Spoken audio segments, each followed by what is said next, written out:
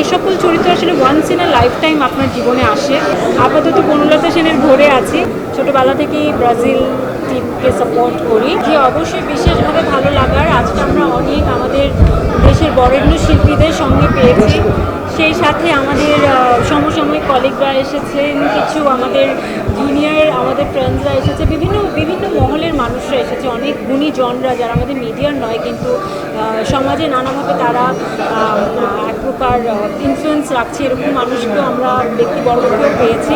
তো অবশ্যই ভালো লাগার, আর এরকম ওকেশনে আমি অনেক নার্ভাসও ফিল করি। তো অনেক হট্টগোল ছিল, অনেক মানুষজন ছিল, সবার সঙ্গে হয়তো ঠিকমতো কথা বলা হয়ে ওঠেনি। আপনাদের মাধ্যমে জানতে পারবো, আপনারা তো নিশ্চয়ই তাদের সঙ্গে কথা বলেছেন। আমাদের অনেক দিনের আসলে পরিশ্রম ছিল, সেই সাথে আমাদের অনেক দিনের মহড়া ছিল, আমরা অনেক মাস ধরে রিহার্সাল করেছি।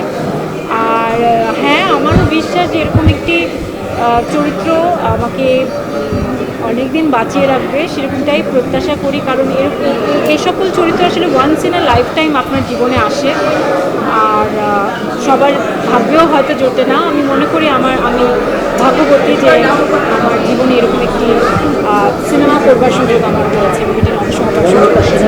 লেটস সি, এখনও জানি না বনলতা সেনের পরে কি। আপাতত বনলতা সেনের ঘরে আছি, বাট অপেক্ষায় আছি নতুন আরেকটা গল্পের জগতে ঢুকবার। এই অভিনয় জগৎ, সিনেমার গল্পের জগতে এই যে ঢুকবার ব্যাপারটা, সেই জগতে হারিয়ে যাবার ব্যাপারটা, এবং সেটার যে প্রস্তুতি, পুরো প্রসেসটা, সেটা আমি খুব বেশি পরিমাণে এনজয় করেছিলাম আমার প্রথম সিনেমা, এবং তখন থেকে আমি সিদ্ধান্ত নিয়েছি যে আমি ফিল্ম করতে চাই। তবে হ্যাঁ, আমি অনেক অপেক্ষা করে সিনেমা করে, কারণ আমি চেষ্টা করি একটা ভালো গল্পের, ভালো টিমের পার্ট হতে। হয়তো আমার ভালোবাসাটা বা আমার ইচ্ছাটা, এই ক্রাফটের প্রতি আমার প্যাশনটা খুব মন থেকে, তার কারণে হয়তো আপনারা যদি বলে থাকেন আমি ভালো অভিনয় করি, হয়তো সেটা দেখা যায়। ছোটোবেলা থেকেই ব্রাজিল টিমকে সাপোর্ট করি।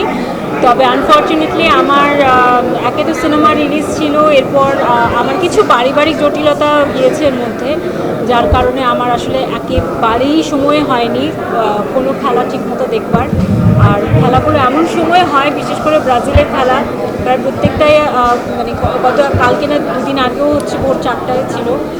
ততক্ষণ পর্যন্ত আমি আসলে চোখ দুটো আমার আলাদা রাখা যায় না, চোখের পাপড়ি দুটো, তো ঘুমিয়ে পড়তে হয়। বা সকালে উঠেই প্রথম কাজ যেটা করি সেটা হচ্ছে আমি হাইলাইটসগুলো দেখি, সো সেভাবে ফলো করবার চেষ্টা করি।